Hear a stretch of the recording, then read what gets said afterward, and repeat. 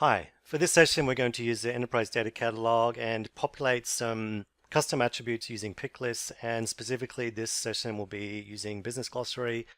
Just as a note, we could do the same thing with Axon, but that is not the topic of this particular video. The requirement here is we have, in this case I'm in my catalog, I have a Tableau workbook, and we want to add a section here or an attribute that lets us list some custom attributes. It's going to be a list of customers, or it can be a list of anything really. And if I edit these, basically out of the box, we don't have an attribute for that. Or we could put a freeform string attribute, but we want to have this driven from a pick list. So you can't possibly get it wrong. You just select from a list. So the way to do that, there's two parts to this. One is the catalog administration side. We go into our catalog here. I can select manage and attributes. It doesn't really matter what version you're using. It's all the same. We have a list of custom attributes. Now in that list here, I don't have an attribute called customer list. And if I were to create one here to say new, and let's call it customer list, we have this concept of data types. There's core data types, which are core part of the product. There is also reference data types, and these are driven from both Axon and Business Glossary definitions. Like you'll see one here, trust levels, for instance. And there's also another one for load frequency. Those are driven from two Business Glossary definitions. The rest of them are coming from Axon. So what I'm going to do is show you how we set that up. Here, so I'm going to switch over to Analyst. I've got my Analyst UI open. I'm open in the library showing a list of glossaries. I have a glossary for pick lists. And you can create your own glossary. It doesn't really matter.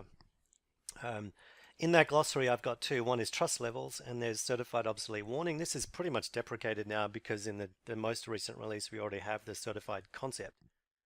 But I also have this other one for load frequencies. So if you wanted to document for a data set how often it is loaded, you could then use that attribute with the pick list. So let's go and create something new into this glossary. And the way we do it is you create a category, and that category will own a set of business terms. So let's just select here, new, and category, and we'll just put that in our pick lists glossary. Again, doesn't matter which glossary you choose, you just need to remember which one. And I'm going to call this, let's call this customer list. And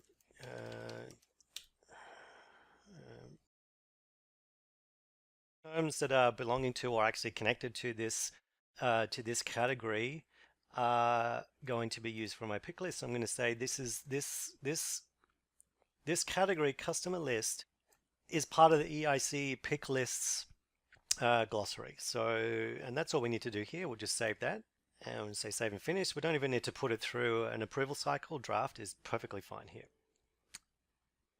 Okay, so we've got our category. So let's go back to our library here. And we'll see if we refresh. I think you can do that from here. We should see now we've got customer lists that have got nothing as content. So let's go and create a new instance of a glossary as a term. And we'll add it to the EIC pick lists, and we give the term a name, and I'll just call this customer A. We don't need descriptions here. Pretty much that's all we need. Just create the label or the term, the value that you want to have as a selectable object. Oh, one thing we need to select the category that this belongs to. So we select add here and pick customer list and save and finish. And let's just repeat the same thing for a customer B and a customer C. And I might just fast forward this a little bit because it's just a mechanical process, pretty simple. So we'll do that really quickly now.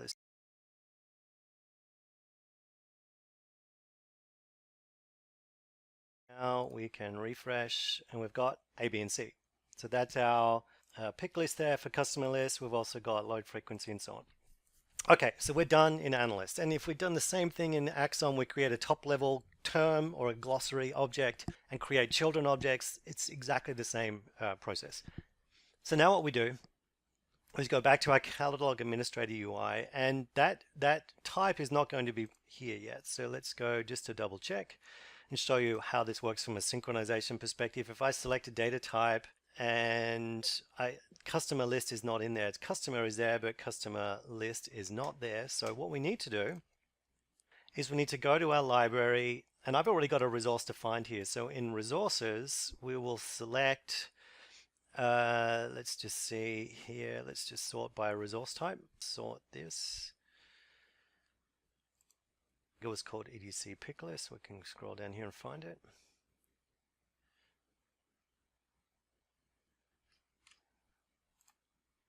And for some reason that's gone missing. So let's just here, let's just filter for Business Glossary. Okay, it's actually in the BG default resource. We can just use that. That's fine. You can go and add glossaries to it. So if you wanted to create a new resource, you just select and connect to the glossary that you want to pull that information from. And you can say here whether it's published content only, and that we actually need to change and set it to false because these are just draft definitions. So I'm going to uncheck that. And let's just click save. And we're going to do save and run right now. Let's go to our metadata load settings, and we're saying here we're using this EIC pick list glossary. So all we need to do is actually rerun this load. If this wasn't already connected, we can just edit and select from one or more glossaries to import there. So we've already got that set up. So let's just save and run. And we'll let that go.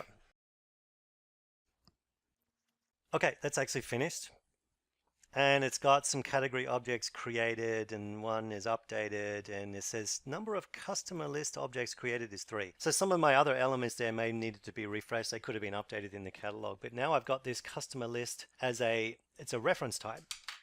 So let's go back to our attribute list here as well, and we'll select new, and we'll just see if this gets cached or not. But I can select here my data type,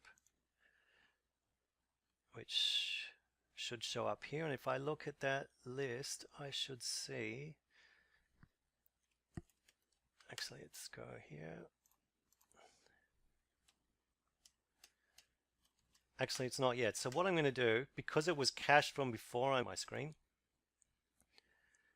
and if that doesn't work, I'll just quickly log off and log back on again. Let's try that one more time. There it is. Customer list is now there. So let's create that. Customer list is our data type. Customer list is, so this is the data type. This is the attribute name.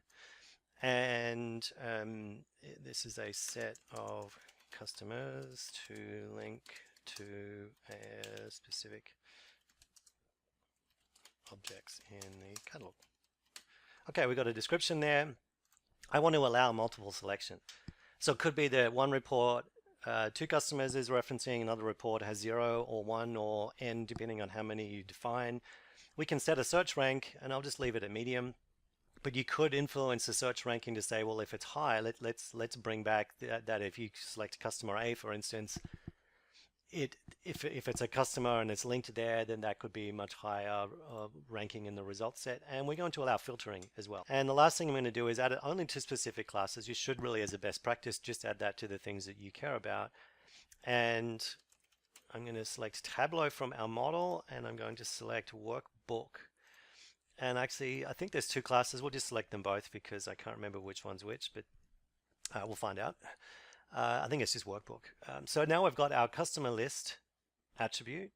It allows filtering. It's allowing multiple selection. It's selected for those 2 class types. So that's the administration part is all done. Now we'll go back to our user UI, and what I'm going to do is just log out and log back in, just so it again, sometimes the values are cached, and that's part of the performance of the UI itself. What I need to do before I go, and if I edit this, it doesn't show up. That attribute does not show up. And the reason is because we can sequence how these attributes get added, and I've got a list of custom attributes that are part of my system.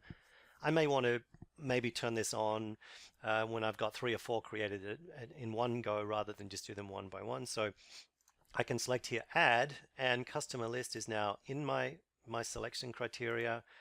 I'm going to open that up, and I'll see it should be here, customer list. Now, here's we have some extra things that we can do. So we want to allow editing, of course. We want to allow filtering, so that shows up on the left-hand filtering conditions, and we may even want to display the results in the search. So let's just turn them all on. You can change those to suit. Now, if we select save, classifications as a section is now showing up, and customer list is now there. And if I edit this list, I can select from customers A, B, or C, and because it's a multi-select, I've got a checkbox. Otherwise, it would just give me an option to pick one out of the list and not multiple. So I'm just going to select OK there. Customer A and customer C are now connected. So it is a multi-valued list. Again, you can uncheck the multi-value if you want. Now, these things are linked as terms. So I can connect to those and we can find out what the definition is, and it's linked to that object. So it's all integrated there.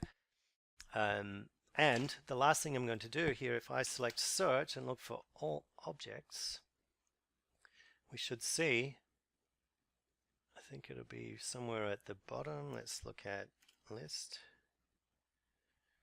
Customer list is there, that I've got that showing in my search criteria as well. So that's pretty much it. Oh, one more thing. Let's go back to analyst. If you wanted to go and add a new value, it's as simple as adding a new value.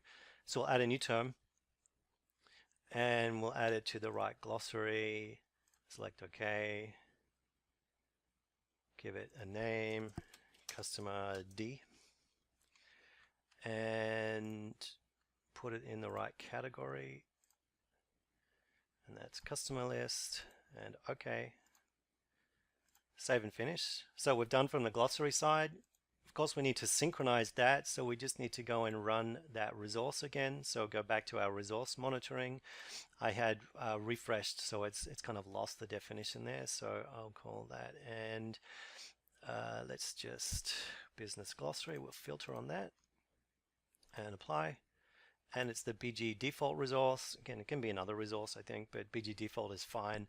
We're just using this for pick lists, and we'll just run that again. It shouldn't take too long. Okay, so it said it is added a new term plus a new customer list instance. Let's go back to our catalog browser UI, and let's go back to our customer knowledge. Right, I've just gone and logged out and logged back on again, and now I can come back to my object. So this is after running this refresh. I go back into my catalog. I've just gone and logged in again, and that kind of takes away any caching. And if I select edit now and plus, I can change it. Let's say we don't want customer C, we want customer D. And that is now recorded. And customer D is now collected. So that's pretty much it. Same process applies for Axon, but you're driving the pick list of values from the glossary definition. There's one other thing you could add if you wanted to have a hierarchy of categories. So back to the analyst here and looking at our library. If we wanted to have subcategories under here, those would show up as a hierarchy or a tree that you could select from the catalog as well. But other than that, it's all exactly the same. So with that, that's the end of our session.